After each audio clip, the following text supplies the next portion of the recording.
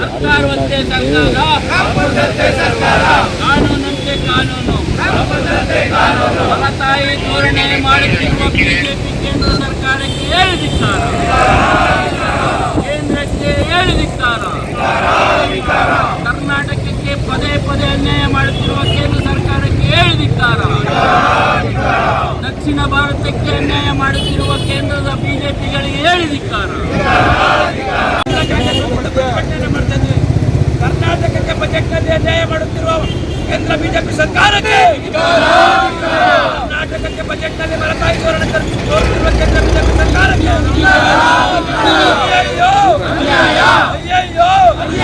ಕರ್ನಾಟಕಕ್ಕೆ ಮಲತಾಯಿ ಧೋರಣೆ ತೋರುತ್ತಿರುವ ಬಿಜೆಪಿ ಸರ್ಕಾರಕ್ಕೆ, ಕರ್ನಾಟಕಕ್ಕೆ ಕಾಣಿಕೆ ನೀಡಿರುವ ಕೇಂದ್ರ ಬಿಜೆಪಿ ಸರ್ಕಾರಕ್ಕೆ ರಾಜ್ಯದಿಂದ ಅಧಿಕಾರ ಹಾಗೆ ಜಿಲ್ಲೆಯಿಂದ ಸಚಿವರಾಗಿ ಬೃಹತ್ ಕೈಗಾರಿಕಾ ಸಚಿವರಾಗಿ ನರೇಂದ್ರ ಮೋದಿಯವರಾಗಬಹುದು ಎಲ್ಲರೂ ರಾಜ್ಯಕ್ಕೆ ಜಿಲ್ಲೆಗೆ ಮಾಡಿದ್ದಾರೆ. ಒಂದು ಬಿಹಾರದ ನಿತೀಶ್ ಕುಮಾರ್ ಸರ್ಕಾರಕ್ಕೆ, ಎರಡು ಆಂಧ್ರದ ಚಂದ್ರಬಾಬು ನಾಯ್ಡು ಸರ್ಕಾರಕ್ಕೆ. ಇವತ್ತು ಕರ್ನಾಟಕಕ್ಕೆ ಮಲತಾಯಿ ಧೋರಣೆಯನ್ನ ಯಾವಾಗಲೂ ಮಾಡ್ಕೊ ಬಂದಿದೆ. GSTಯನ್ನ ಅತಿ ಹೆಚ್ಚು ನಮ್ಮ ದೇಶದಲ್ಲಿ ಅತಿ ಹೆಚ್ಚು ತೆರಿಗೆಯನ್ನ ಕಟ್ತಾ ಇರೋದು ನಾವು ಕರ್ನಾಟಕದವರು. ಕರ್ನಾಟಕಕ್ಕೆ ಮೋದಿ ಸರ್ಕಾರ ಪದೇ ಪದೇ ಅನ್ಯಾಯ ಮಾಡ್ತಾ ಇದೆ. ಇದಕ್ಕೆ ನಾವು ಜನ ತಕ್ಕ ಉತ್ತರವನ್ನ ಮುಂದಿನ ದಿನಗಳಲ್ಲಿ ಕೊಡಬೇಕಾಗಿದೆ.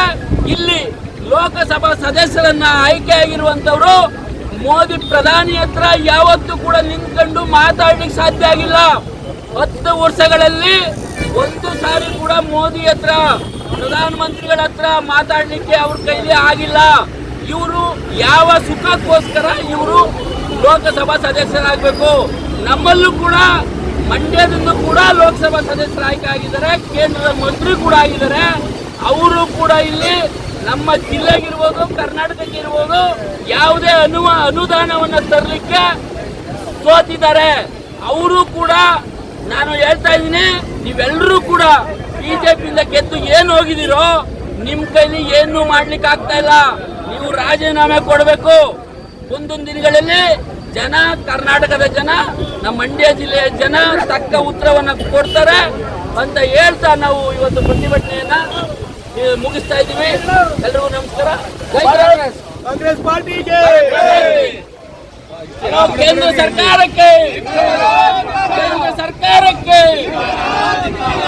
ಧೋರಣೆ ಮಾಡಿರುವ ಕೇಂದ್ರದ ಬಿಜೆಪಿ ಸರ್ಕಾರಕ್ಕೆ